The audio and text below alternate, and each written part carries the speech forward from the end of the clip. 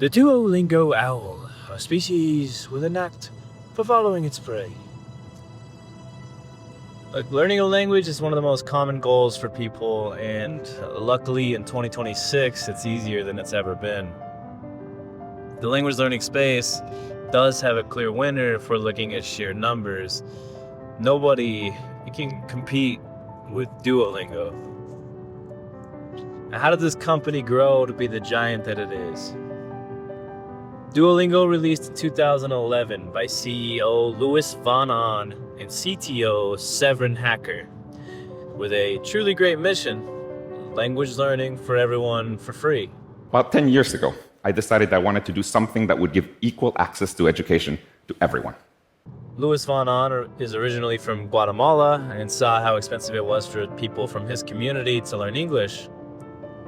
Severin Hacker believed that free education would change the world and wanted to provide a means for doing so. With funding in place, originally backed by some science grants and then further assisted by Union Square Ventures, Timothy Ferris, and the guy from that 70s show, Ashton Kutcher, they released the private beta on November 30th, 2011. Today, Duolingo sits at a roughly $5.19 billion valuation and is publicly traded under the stock ticker DUOL, D-U-O-L. The idea of going public, I think around then, just seems so foreign. So that's never going to happen. Okay, so wait. The mission was language learning for free, right? And yet they've grown into a billion-dollar company. And by now, if you've used the app, you know how the money is made. It's advertising or paid membership. Understandably, you can't expect a company to grow and give its product away for free at the same time. Does Duolingo work, though? If I give into the gamification and I desperately try to keep a streak, will I learn a new language? Honestly, it's questionable. And if you ask linguists, you'll never get a straight answer. And that's for a good reason. See, when it comes to language learning, there's more than one way to bake a cake. I wish there was a definitive answer to learning a language, but in the end, you need to experiment and find what suits you. I've tried Duolingo, and while the gamification and short lessons are helpful to keep me using the app, the process is extremely slow as far as the learning goes, and I personally prefer comprehensible input and using Anki. However, Duolingo is great for learning some vocabulary, and honestly, the Duolingo podcasts are very helpful for intermediate learning. The marketing of Duolingo is brilliant, and the desperation of Duo the Owl to get you back to your language lessons has become a large part of internet culture.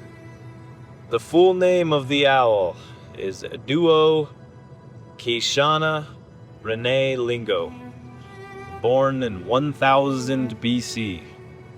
He's green because the co-founder Severin Hacker hates green. Sadly, Duo was hit by a Cybertruck in 2025. It's okay though. Users obtained 50 billion in-app experience and resurrected him. Duolingo started with a great mission.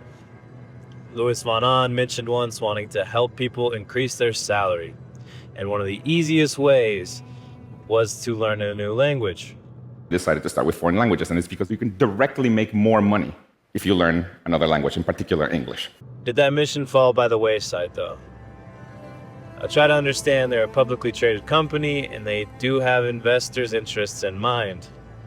But in 2024, Duolingo fired around 10% of its contract workforce and announced plans to replace them with AI. The CEO was quoted saying they would be an AI-first company. There was a pretty big uproar about it, and it's clear if you look at the stock charts, you can see a serious problem, and AI first was a pretty big mistake. However, it was written off as a misunderstanding. Duolingo actually increased their internal workforce since then. They gradually phased out the contractors they were working with, and since then it seems they have rolled back some of their decisions on AI. The backlash was so bad, Duolingo wiped their TikTok and Instagram and updated their bios to "Gone for now 123."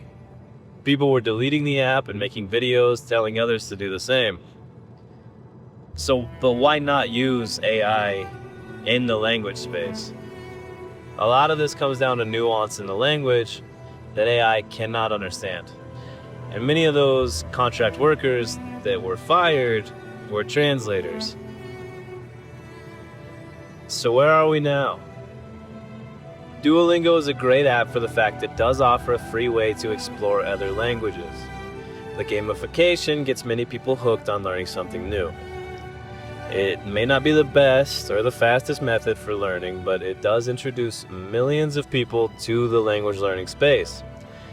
Duolingo may have messed up at one point and forgotten their original mission, and hopefully they've learned from the backlash and can continue to be a company for good. A company that introduces us to languages so that we can connect with one another and understand the world together. Thanks.